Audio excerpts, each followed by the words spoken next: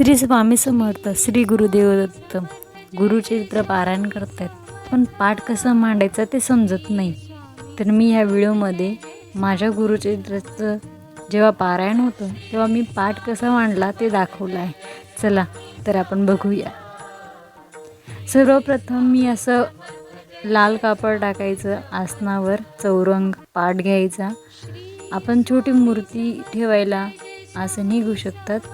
आणि त्याच्यानंतर अखंड दिवा आपल्याला प्रज्वलित करायचा आहे, कारण दिवा लावल्याशिवाय आपल्याला कुठलंही काम करायचं नसतं. गणपती बाप्पाच्या साक्षीने आपण ही पूजा आरंभतोय, म्हणून आपण गणपती बाप्पा ठेवलेला आहे. मी गणपती म्हणून सुपारी ठेवलेली, तुम्ही मूर्तीही ठेवू शकतात. नंतर कळस ठेवायचा आहे.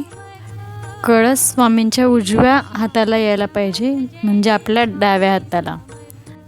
नंतर आपल्याला महाराजांच्या मूर्तीला अभिषेक घालून घ्यायचा आहे पंचामृत आणि शुद्ध पाण्याने.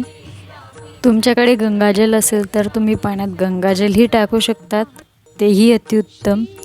महाराजांना छानपैकी अभिषेक झाल्याने आपल्याला त्यांना आसनस्थ करायचं आहे. हळदी कुंकू अष्टगंध वाहून त्यांची पूजा करायची आणि त्यांना फुलं वाहायची आहेत.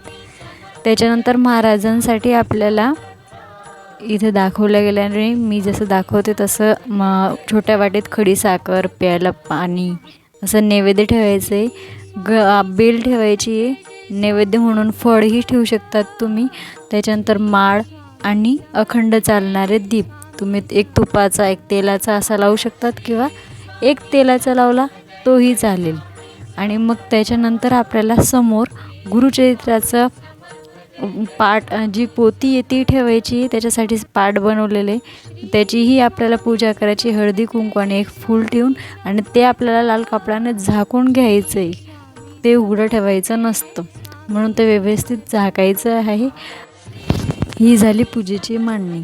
मग त्याच्यानंतर आपण एक अध्याय संपल्यावर आपल्याला 2 पळी ताम्हणात पाणी सोडायचं असतं. त्याच्यासाठी आधीच फुलपात्र घेऊन घ्यायचं आणि त्याच्यात पाणी 1 पळी घ्यायची आणि ताम्हणात आपल्याला अशा प्रकारे 2 पळी पाणी सोडायचं आहे. एक अध्याय झाल्यावर तुम्हाला 2 पळी पाणी ताम्हणात सोडायचं आहे. नंतर हे पाणी तुम्ही जेव्हा तुमचे गुरुचरित्र वाचलं जाईल, पारायण वाचलं जाईल, तेव्हा तुम्ही ते पूर्ण पाणी शिंपडू शकतात पूर्ण घराला. आणि मग उरलेलं पाणी तुम्ही कुंडीमध्ये टाकू शकतात. अशा प्रकारे तुम्हाला साहित्य लागेल. हे तुम्ही आदल्या दिवशीच सर्व साहित्य जिथं तुम्ही पाठ मांडणार तिथे आणून ठेवू शकता, जेणेकरून तुम्हाला जेव्हा तुम्ही सकाळी पारायणाला बसणार तेव्हा तुम्हाला सर्व गोष्टी जागेवर मिळतील आणि स्वामीही असे पाहून हसतील. झालेली सेवा मी श्री स्वामी चरणी अर्पण करते आणि इथेच आपला हा व्हिडिओ संपवते. जय जय स्वामी समर्थ. श्री स्वामी समर्थ.